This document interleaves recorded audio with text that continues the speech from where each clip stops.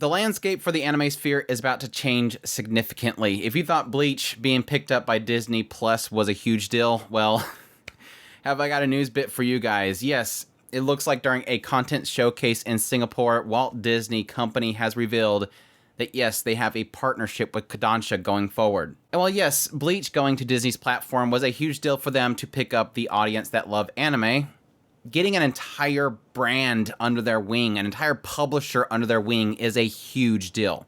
You like Attack on Titan, Vinland Saga, Akira, a lot of the biggest published titles out there. Kodansha is now pretty much going to be working with Disney on almost an exclusive basis. Now, I'll get into details later on how that's not like an absolute or anything, so stick with me. But yeah, like I said, during a showcase in Singapore, Walt Disney revealed that they are expanding their partnership with Kodansha to co-produce a growing catalog of anime originals for Disney+. This will include licensing exclusive anime titles based on manga produced by Kodansha. To start things out, they've already announced they have Tokyo Revengers Christmas Showdown arc. Hopefully they'll get the version that's not censored. Which, yes, will be launching on Disney Plus Wholestar in January of 2023. Disney's Executive VP of Original Content Strategy, Carol Choi, stated, "We are thrilled to deepen our strategic collaboration with our long-standing partner Kodansha on such an exciting genre. Japanese anime fills the white space in our content development plans, and we believe this expanded collaboration will be a game changer in Disney's future animation strategy in Japan." Yes, Japan. What about us over here? We look forward to bringing the anime titles and prize IPs by Kodansha to the world stage, then release them weekly. You're doing good with Bleach. Release them quicker, please. But yes, I've talked before on this idea that it really does obviously seem like Disney is trying to break out in the Asian market specifically. That was seemingly their whole goal when they got things like Time Machine Blues, Summertime Render, and other titles. So the reason why I believe that that's their focus is because they're actually focused on getting them out timely there, whereas everywhere else it's like, well, whenever it releases. Australia's doing pretty good. The US is just kind of going, where the hell's the titles? The only real difference here recently has been with Bleach. They've been doing a really good job of distributing it very quickly, and that's obviously because it's a big deal. But no, again, Asia is their focus here. When it comes to Japan specifically, according to Media Partners Asia research firm, Japan market counted for 49.4 million SVOD subscriptions in the third quarter of 2022. Amazon Prime Video remains market leader with 16.5 million subs. Netflix only sits at about 7 million. In third place is Disney Plus, which sits at only 3.6 million. So despite the fact that their films do really well in Japanese theaters, their streaming service is not doing too well. Yes, you can say that, hey, they own Hulu, but not necessarily in Japan. In Japan, it's owned by Nippon Television, so the whole Disney buyout of Hulu wasn't really necessarily worldwide. And they've only just recently overtaken Hulu in subscriptions. Now, it's not just Japan that they're really focused on here. Again, this is in Singapore, which again, Disney is still trying to build up their audience there. In Indonesia, which has emerged as one of the largest streaming markets in the Southeast Asia, with accounting to nearly half of the people that are streaming in there, Disney Plus Hostar has reached 5 million subscribers. And again, they want to grow this. But back to this showcase in Singapore. Disney revealed that total hours of locally produced Asian content streamed on Disney Plus is now 8 times more than it was a year ago. So they're obviously seeing that there's a growing trend here. Luke Kang, Disney's president of APAC, stated, "We are focusing our content development on what we refer to as our content white space, investing in areas that require more local specificity, either due to high popularity in selected markets like Japanese anime, K-dramas, or Indonesia rom-coms and horror, or the need for local storytelling with talent that are familiar to our local audiences." So again, despite the fact that Disney has a lot of very popular titles, especially all their movies and films, they're looking at kind of getting into those markets in other areas by, having content that's actually normal there and origin there, storytellers from there that they can kind of relate to. Now, for those that aren't like super entrenched into the world of anime and know what Kodansha even means, let's get into what this actually means. What is Kodansha?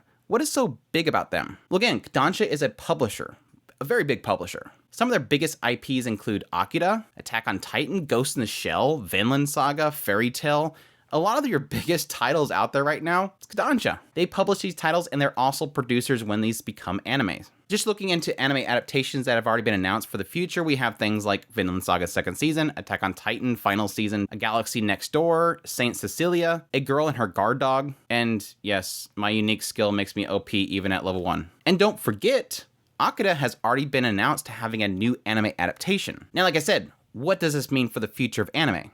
No, this doesn't mean that suddenly Vinland Saga's second season isn't going to be on Crunchyroll and Netflix, as they've already been kind of licensed, so they're going to be there. But this means two very important things. If a title is being produced and Kodansha has the majority ownership of it, it means it's probably going to end up on Disney and nowhere else. And it also means there's a possibility that if something that is licensed currently by Crunchyroll and that license expires, it's a good chance it's going to disappear off their platform and end up on Disney. So yes, things like Attack on Titan. Now, the only stipulation here remains that if there's multiple producers for the anime itself, there's a good chance that somebody else might raise up a hand and say, wait, Crunchyroll said they want to pay this much.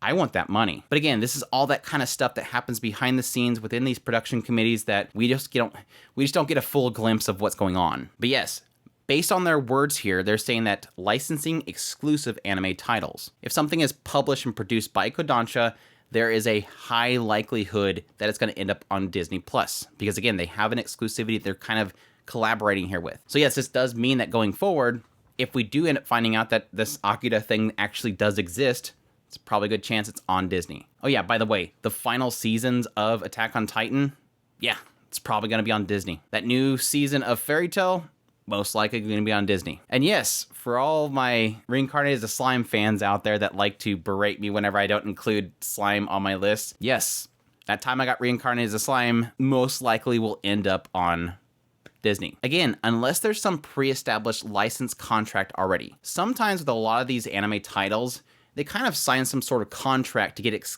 some sort of first dibs on future seasons. Now, the likelihood of that, doubt it. Now, my thoughts on this whole situation. Honestly, I'm mixed. In the grand scheme of things, yes, I want a competitor to Crunchyroll. And unfortunately, High Dive isn't. They are doing a good job. They've been getting a lot of titles. But unfortunately, High Dive doesn't seem like they have the money to get the big titles, the big shonens.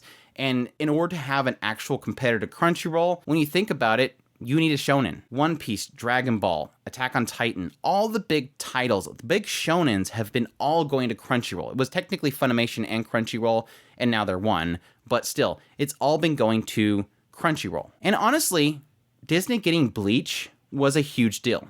It was somebody besides Crunchyroll getting one of the big shonens, one of the big titles that gets millions upon millions of viewers. Unlike High Dive, who's picking up titles that, measly amounts of people watch. Sadly as that is. I mean, they're fantastic titles. Yeah, Boy Coming, Call the Night, all those titles are absolutely fantastic. But the grand scheme, the huge audience, it's not really there.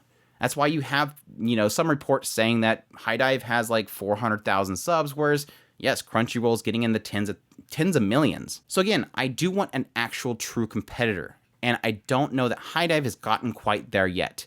So this is actually a good thing. If Disney is here to somehow compete with Crunchyroll, that allows High Dive to slowly build itself up. Yes, that does mean that we now have to have 3 subs for seasonal anime. I don't count Netflix because they do full drops. They rarely do any seasonal stuff anymore. But still, the competition's a good thing. Now, my issue with this whole situation is that Disney has not yet proven themselves that they're going to be able to function as a seasonal distributor worldwide. Yes, they're doing plenty well in Asia, and that's their focus. And so that's why they're getting this stuff out as fast as possible. But anywhere in the West, United States, anywhere else, we're not seeing any of this stuff come out except for Bleach. Bleach has been their first example where they're doing a good job of getting it out on a timely manner. Will that transition into Attack on Titan if they get it? Will that transition into Slime Season 3 when they get it? We don't know yet. Until they can prove it to us that they're able to pull this off and give us weekly releases on time, actual simulcasts for something other than a big, huge seller like Bleach, it's hard to trust them. And in the end,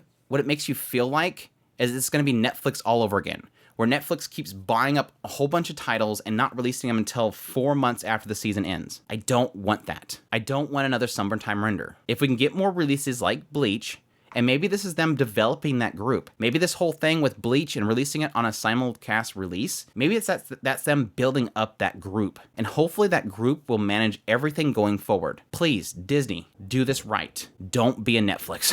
Disney obviously acknowledged the fact that worldwide distribution of anime is growing massively. But again, my only fear is that this whole speech, technically it was in Singapore, so it makes sense that that's their focus to say that they're trying to build up an audience there. But without any like outright statements that they want to do this right to a global audience, it obviously builds fears in people. How can you blame people being super mad about an announcement like this when, again, the only example of doing it right is one show versus the 5 or so shows that we've yet to see in other regions? But we'll see.